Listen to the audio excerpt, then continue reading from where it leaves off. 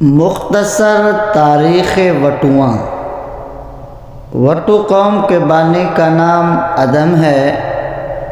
ہندوستان کے کسی راجا کا بیٹا تھا جو بہت زیادہ غصہ والا تھا، اسی وجہ سے وٹو ہو گیا، کیونکہ وٹو وٹ سے ہے یعنی زیادہ غصے والا۔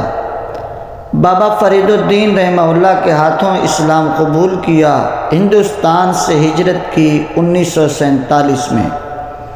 وٹو قوم کے علاقہ جات اکاڑا، دیپال پور، ایڈ سلیمان کی، بہاول نگر، بہاول پور، شیخوپورہ، ننکانہ صاحب، فیصل آباد، خوشاب، میاں والی وغیرہ۔